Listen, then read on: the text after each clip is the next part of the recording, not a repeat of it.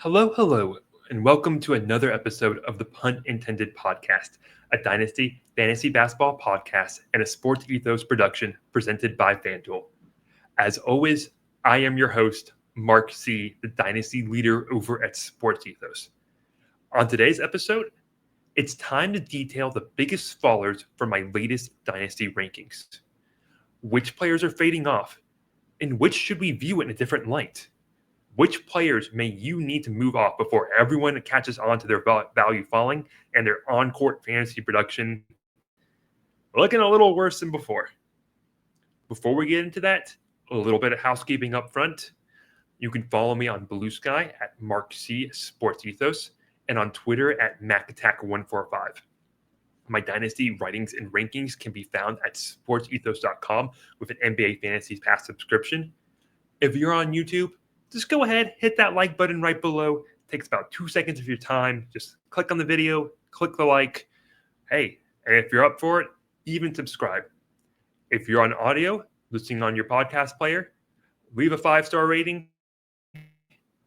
Leave a review if you're inclined. Hit subscribe so you can get the latest episodes as soon as they're available. That sort of activity really does help the growth of the podcast and would be very much appreciated. And we've seen the numbers growing, and we appreciate that over here. Before getting into some specific names here, I first just want to talk about Dynasty rankings and fallers specifically and what that means. Of course, a lot of the rank fallers in Dynasty, they're probably going to be older players and older names. That's just natural. You lose, they said older players prime year production or post-prime production, and their future production looks a lot less appealing. And that's fine. I mean, that's why their dynasty value falls off.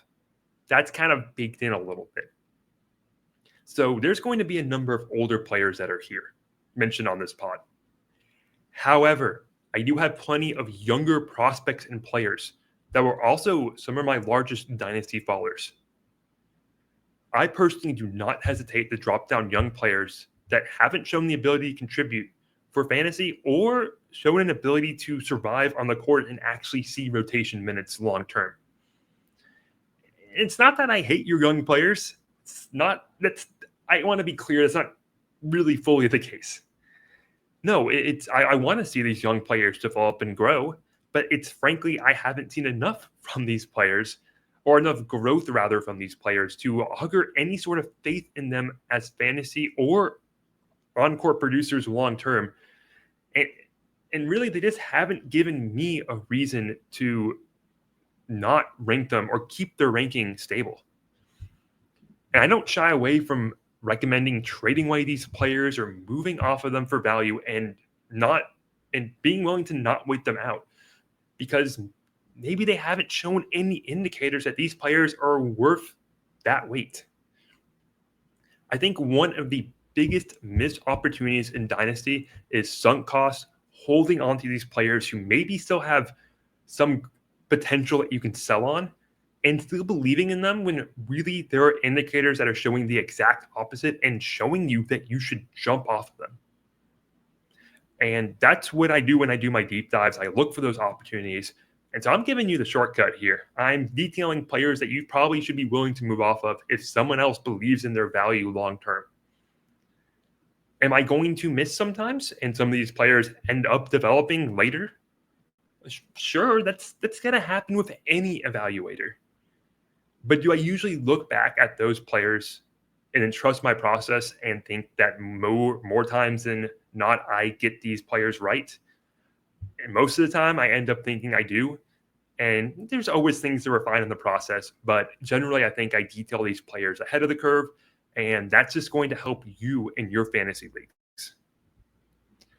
So with all that in mind, let's get into some of these fallers in my dynasty rankings.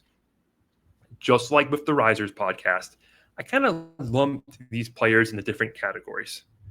The first of these is going to be what I call fading talents. Players that maybe managers had promise or hopes for, players that maybe we see working out and they could see a rotation role and they could produce for fantasy, but to date, it just has not worked out for them. And if anything, there's really indicators to show the opposite. and indicators that show we should be looking to move off of these players or at least lower them in our dynasty evaluations. And I think the first player here is going to indicate that very clearly in Patrick Williams. What more do you need to see, or rather not need to see, from Patrick Williams? He's been in the league for 5 seasons, came in as kind of this toolsy player, might need some time to develop, could be this all-around guy, provide stats everywhere. And the truth is, he really hasn't provided stats anywhere. Unspectacular scoring, a usage rate never above 17%. His most points per game in a season is 10.2. Never had a steal rate at or above 2%. A block rate never above 3%. A defensive rebounding rate never above 15%. An assist rate never higher than 11%. All these indicators are pretty much below average, not appealing. There is no reason to believe Patrick Williams is going to break out at this point. None. There isn't. I don't think managers should have some hope. Maybe this is the season. Maybe it works out. I think we can comfortably say who Patrick Williams is at this point, and that is a rotation player without much fantasy juice, even if he continues seeing the minutes he has. And I think that's pretty unlikely with the Bulls having Manas Buzelis and drafting Noah Clowney recently. There's a reason he dropped outside my top 250, and that's the range you're looking for Patrick Williams now. The next player on this list is Dalton Knecht. I said I was going to have, younger players here, and Knecht isn't he's not the youngest rookie or second-year player, but this is his second season. How is he already this much of a faller? That's the case sometimes of these players that quickly show that maybe they're not going to be a rotation player long-term, and that's the case with Dalton Knecht. The shooting was good. That translated. 8.4 3-point attempts per 75 possessions, hitting those shots at 37.5%. That will play as a shooter. The issues is it doesn't play? Knecht's defense. He was absolute toast, whether it was on ball, guarding in isolations, off ball, missing rotations, not fulfilling his assignments. And that means that he couldn't even see a rotation role as the season went on. Really come playoffs and even later in the regular season. From the All-Star break onward, Knecht saw just 16.5 minutes per game. That's not really enough to give anything. And especially when Knecht's fantasy profile is very limited. Little defensive stats, little passing, little rebounding, not much self-creation. He's basically just threes and would need those minutes volume to prop up those stats to a point where it's somewhat respectable. There are some 3-and-D players or just even 3-point shooters that I'll rate somewhat high in my rankings just because even if they only provide threes, they are survivable enough on defense to see a large swath of minutes for some fantasy value. Someone like Malik Beasley last season. Or in prior seasons, Malik Beasley too. But someone like Dalton Knecht, however, I'm not even sure he's going to be a consistent or reliable or trustworthy rotation player with how poor that defense is. And that gives him a really poor floor, unappealing fantasy skill set, low ceiling. That's Knecht now. And hope maybe you can trade him away based on Lakers hype. Find out Lakers fan in your league. But yeah, I mean, it's just funny seeing how everyone 2 months into last season said, "Oh, the Lakers got to steal with Knecht. Look what he's doing. Wow, the league's stupid." And now it's like, okay, no, that's not really the case. So that's the story with Dalton Knecht. A similar player to Knecht is Jordan Hawkins. And Hawkins was someone that I was really high coming into that 2023 draft, calling him, I thought he was the best movement shooter in that draft class. Over 2 seasons, the volume has been there with 9.3 3-point attempts per 75 possessions, hitting at a 35% clip. Great volume, fine percentage, but similar to Knecht. what other stats and production is there with Jordan Hawkins? Little defensive stats, not much rebounding. The assists sadly haven't really come through at all, even though he had an opportunity down the stretch silly season to show something there when no one was really playing on the Pelicans, and he showed extremely little. Maybe Hawkins is a little bit better positionally than Knecht, but Hawkins does not have that strength or bulk to wall off assignments too well, and he's still in the vein of bad defending.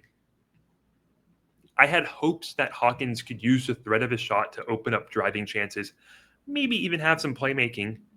But as I alluded to earlier, even during the Pelicans silly season, from March through the end of the season, Hawkins only averaged 1.3 assists in 25 minutes per game. I mean, that's not good enough. That's basically nothing.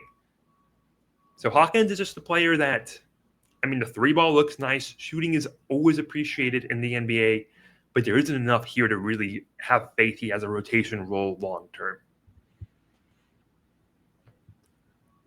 We'll go to a trio of players here in Jarace Walker, GG Jackson, and Cam Whitmore. And I'm lumping these players together because I think they fall under a similar theme where dynasty managers had hopes in them. And we've seen, I think, moments from all these players. But I think reality has to set in somewhat. And the larger picture for all three of these players is that they haven't shown enough to have this sort of faith that they've been afforded in the past. You could argue GG Jackson, this isn't fair to with the injury, but I still think he belongs in this trio of players. With Jarace Walker, I envision him as this defensive monster at the forward spot. Hasn't exactly been the case. Indicators aren't horrible there, but a steal rate around 2%, a block rate around 2%. It's not standing out meaningfully. Walker's passing tends to be more bugs than a feature of his game. Doesn't seem like more that playmaking forward or even short roll passing option. Rebounding decent. Again, though, not impactful. It's not meaningful. And it seems like the pre-draft concerns that Jarace Walker would just be more of a forward than an undersized big have borne out very well so far in his career. The one thing that managers could grasp onto with Jarace Walker is that three-point shooting. 5.6 three-point attempts in 75 possessions, hitting at a 40% clip. It's definitely interesting and rotation-worthy, but can he secure a greater role? I'm very lukewarm on that. I think the minutes are going to be not hard to come by, but not exactly easy, with Obi Toppin and Pascal Siakam there, and Walker clearly not being a big. And there's nothing indicating that this is a sleeping giant waiting. With GG Jackson, I mean, some of the scoring efforts are impressive, but there's a lot of factors that work against him. In his limited minutes, I mean, even that scoring game dropped down slightly. It was less effective and not really encouraging in any regard. It wasn't disastrous, but it's not encouraging. And with a complimentary game that I will, on the optimistic side, I'll call stagnant growth, but really not helping the team, not really playing team basketball with a similar level of selfish play, it's not a winning recipe for GG Jackson to earn more minutes. And we have to keep in mind that Jackson was pick 45 in his draft class. This wasn't some great investment by the Grizzlies. Even if you are a fan of Jackson, you have to remember the team isn't exactly married to him at all. And the Grizzlies have also made efforts to bolster their wings or forward spots. They traded up for Cedric Coward in this recent draft. They re-signed Santi Aldama to a pretty nice contract. And they seemed like they're committing more to Jalen Wells last season and with the Desmond Bane trade away. So do you trust GG Jackson getting more minutes or really showing that he deserves more minutes? I think both of those are true. And I'd be fine finding that manager that really believes in him and getting something of value for GG Jackson today. And the last of these trio was Cam Whitmore. And you could argue he hasn't gotten the opportunity, and I would partially agree. Not cracking the Rockets rotation isn't a death knell for this player. The team was pretty stacked last season, pretty deep, and the same thing happened with Reed Sheppard, where he got limited run, didn't look great, saw his minutes reduced, and Sheppard was pick 3. But the issue with Whitmore, similar to Gigi Jackson, is that you didn't see Whitmore really improve anything. And he has a similar style of selfish, self-created scoring play, similar scoring efficiency that is below average, not really getting those supplementary stats. So what is a team or their fantasy team or a basketball team really getting from Cam Whitmore? I don't think it's a whole lot. And just because he got traded to the Wizards doesn't mean he's going to get all this instant opportunity, because they have so many rookies and prospects that they're trying to see who sticks and works out. I think all of the Jarace Walker, Gigi Jackson, Cam Whitmore, they all have their fans. They had some upside outcomes, but those are really narrowing and fading away. And they haven't come close to realizing that on the court, let alone for fantasy. The next 2 players are going to be 2 recent draft class, 2024 draft class players that I just didn't get really the hype around either of them. And both of them are probably some of the more damaging players in the league last season. And maybe you know who I'm talking about, but it is Cody Williams and Tidjane Salaun. Cody Williams just didn't do anything. Like, seriously, that's not figuratively. That's, I think, pretty literal. There is no positive statistical indicator in support of Cody Williams. You cannot make that argument. So the only thing that's going for him is, well, he's got good size and maybe it works out and maybe he bulks up. I can make better arguments for a lot of other players. Additionally, there are wings and forwards on the Jazz alone that I like more. And Ace Bailey, you want to say Kyle Filipowski if he's a 4? I'd argue so. Taylor Hendricks. And I think those players should be prioritized over Cody Williams. I don't see the path for growth here. I don't see where, even if he improves, if that's really if that's a fantasy player we care about a lot. Tidjane Salaun was slightly better.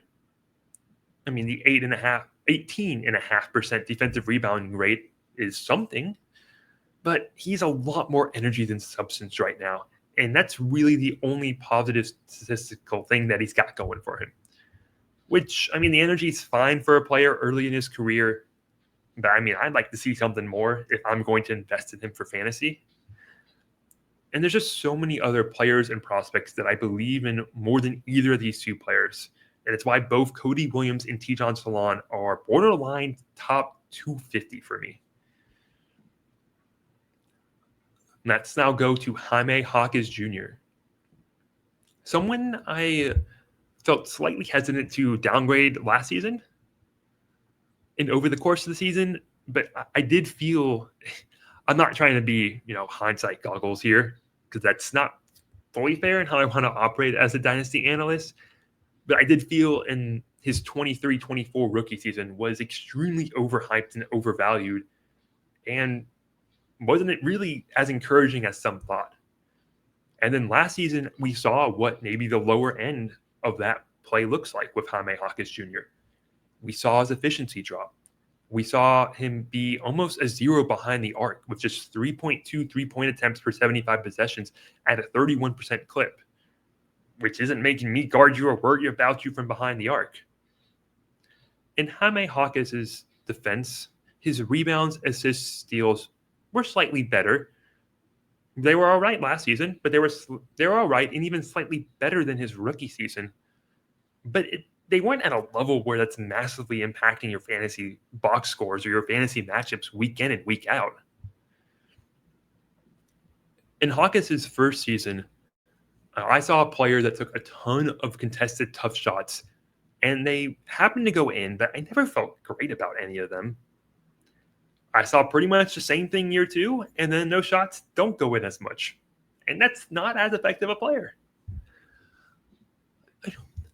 Hawkins can rebound maybe back in the middle of those 2 seasons in terms of efficiency, and that's kind of what I'm projecting.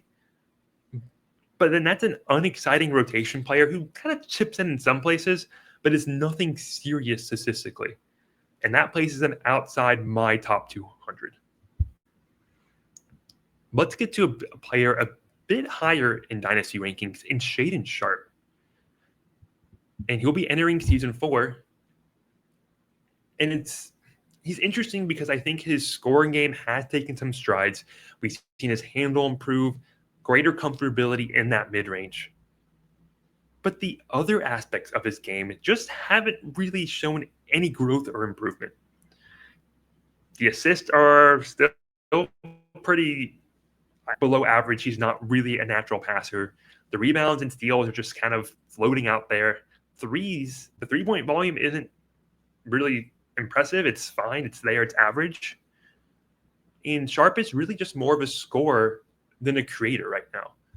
And he doesn't have those supplemental stats to make him any sort of projectable fantasy force. And so, maybe we see him take another jump in his scoring game this season. And it feels like a real possibility that's the case. But is it going to be only in the scoring area and not anything else? That's a much less enticing fantasy player. Now, maybe he can develop that passing. There just hasn't been any trend lines that would show that. And I think it's much more likely Sharpe enters kind of a scoring role, maybe like a DeAndre Hunter mold, more than developing into something more. And DeAndre Hunter is an okay fantasy player. He's not a stellar fantasy player.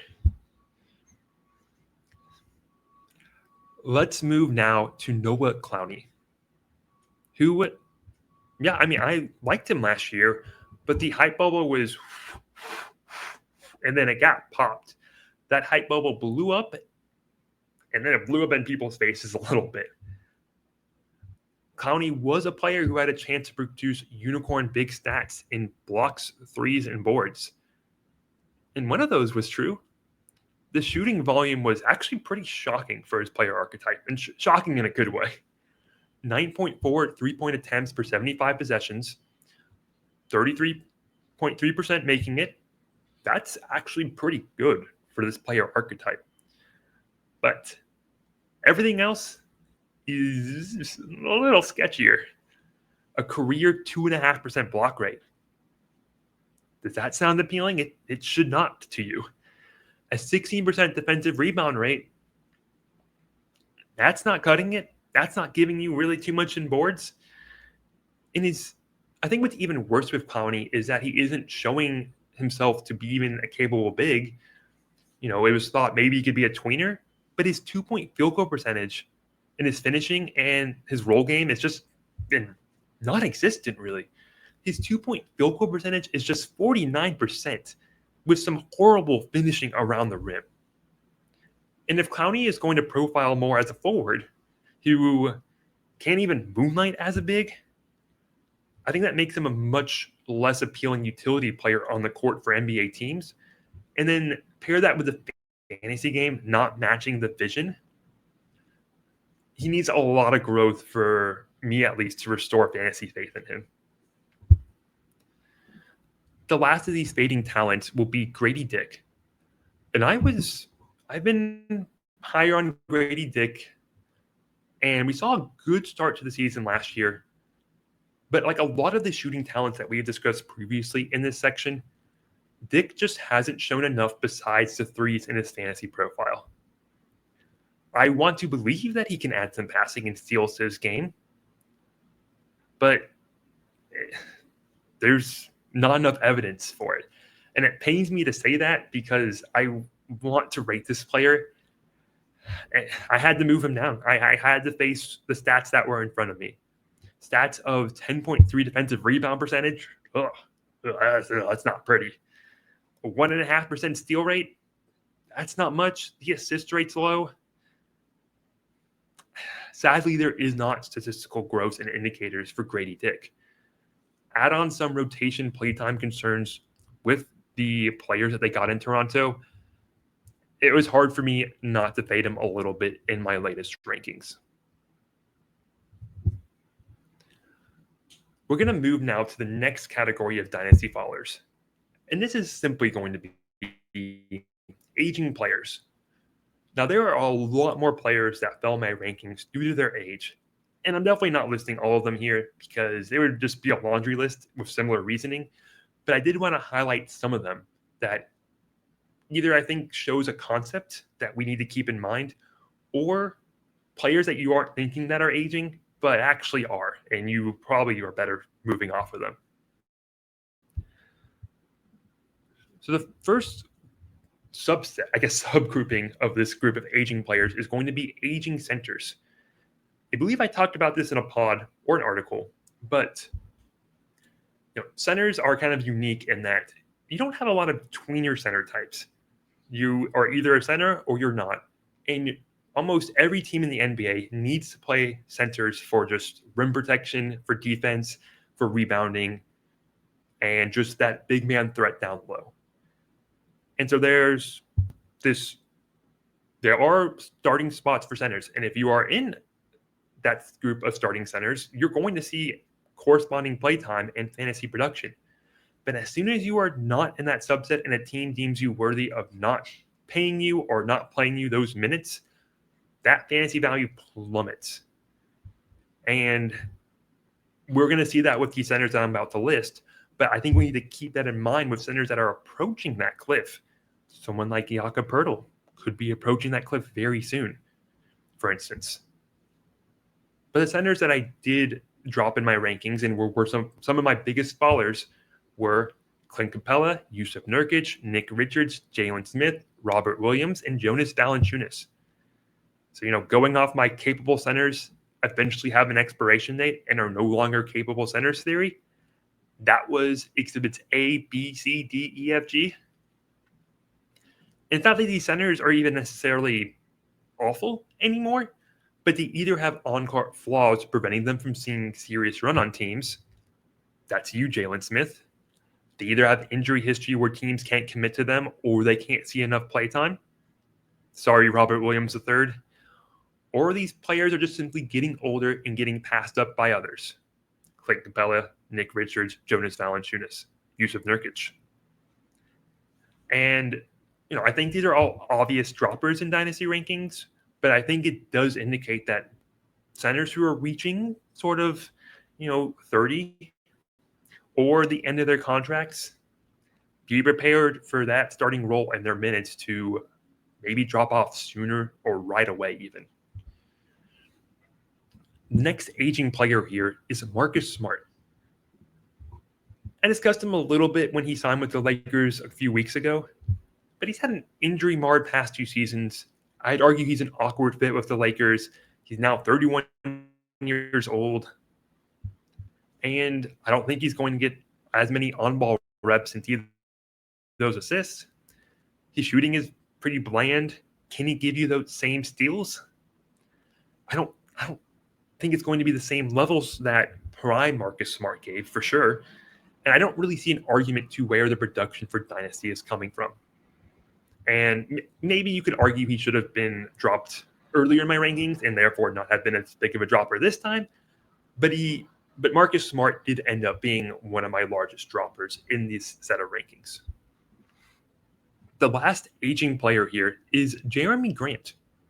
And I know Jerami Grant has been insanely frustrating for dynasty managers and redraft managers with not really playing many, if any, February, March, and April games.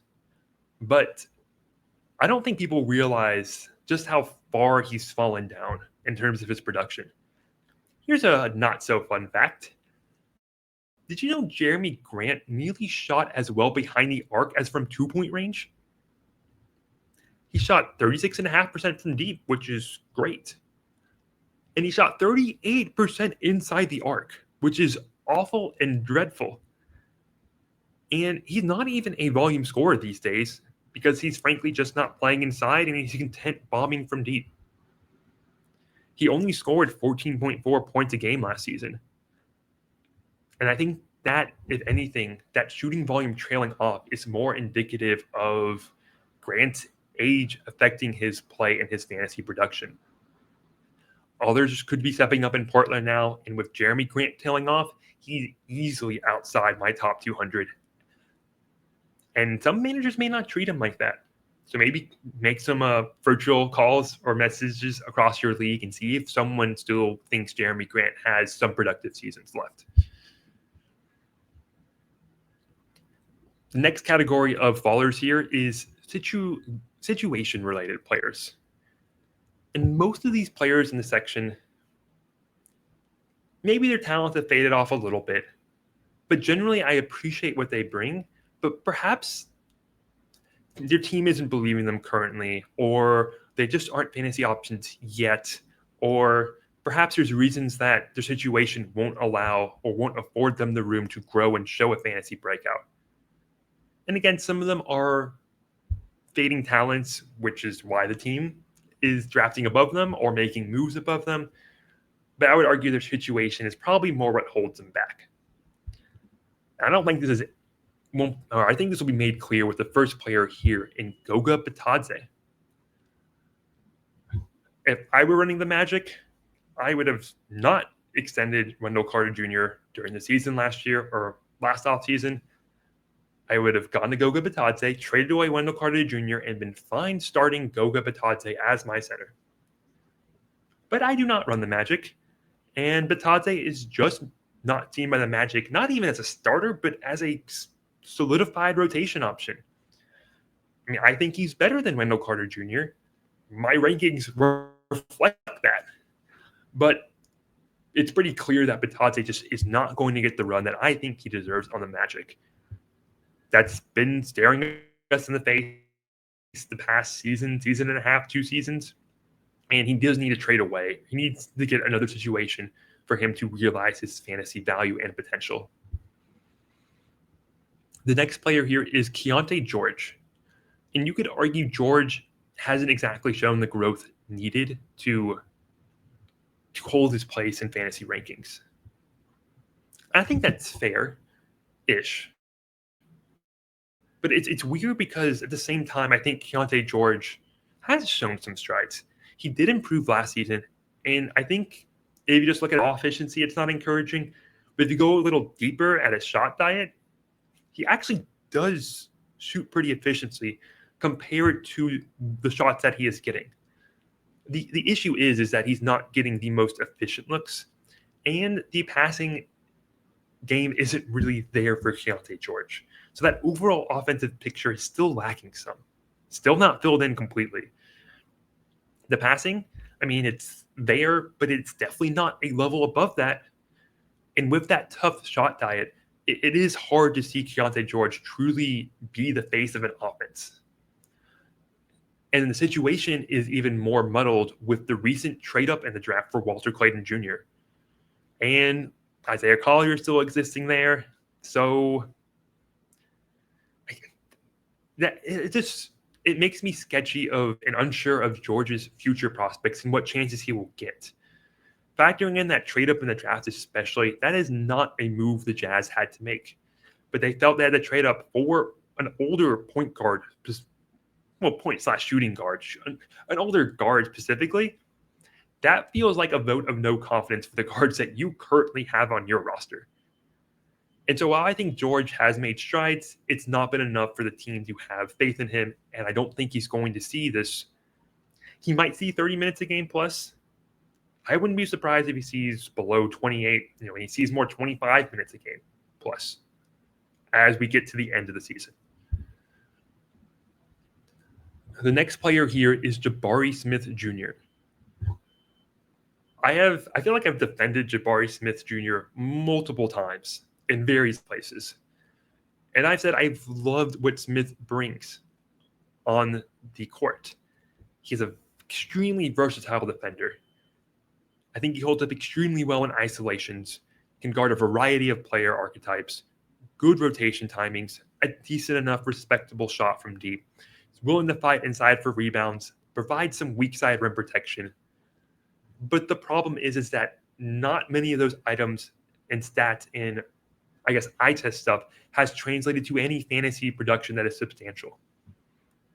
And when you stack on Kevin Durant's in town now, Dorian Finney-Smith is in town now, Tari Eason is going to compete for minutes. I still think Jabari Smith is going to get enough playing time for him to be useful, but not outstanding and not really impactful. And there is such little room for a true breakout to occur. There just isn't the space or conditions conducive to Jabari Smith Jr. breaking out unless he's just amazing, which, I mean, if that happens, I'll be ecstatic as a Rockets fan. But I don't think it's really going to happen for Jabari Smith Jr. His recent rookie extension does augur some faith in a decent role. But for a substantial role, and especially for that offensive usage to power maybe his points and scoring, that is hard to see coming for Jabari Smith Jr. Next player on this list is Jerami Sochan. And this is the one that I would argue the most is a fading talent. Besides the finishing improvement around the arc for Jerami Sochan, which his finishing actually became pretty solid and respectable last season. I mean, what else does Jerami Sochan do well on the court? He's an okay defender with defensive stats, a decent rebounder, a middling passing option, a bad shooter, and that's been the case for his entire 3 seasons in the NBA. None of this should be appealing for you as a dynasty manager. None of this. And with the Spurs bringing in a secure big in Luke Cornett, drafting Carter Bryant, choosing to not trade away Harrison Barnes for something, which that might be speculative, but, there's more competition for these forward spots, and there's really been not even a murmuring of an extension as of yet for Jerami Sochan. I mean, this feels to me like a player the Spurs don't believe in. They already limited his minutes down the stretch last season, which maybe some of that was injury recovery, but I think they could have played him and see what they got in him, and they chose not to. I think the Spurs are very much not too interested in seeing if Jerami Sochan is a core part of their future.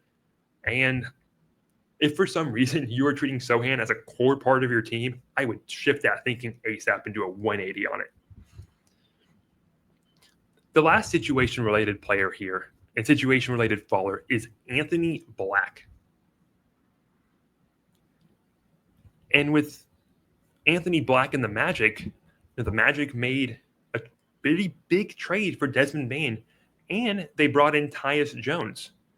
Those are 2 very capable offensive guard options. I mean, Desmond Bane obviously has been a really strong one. Tyus Jones, a capable caretaker guard. So what opportunities is there for Anthony Black to show that he should run the second unit? There is very little room for him to show that now, in fact. I think Black did get some chances last season to show that he can lead the offense when Banchero or Franz Wagner were not on the court.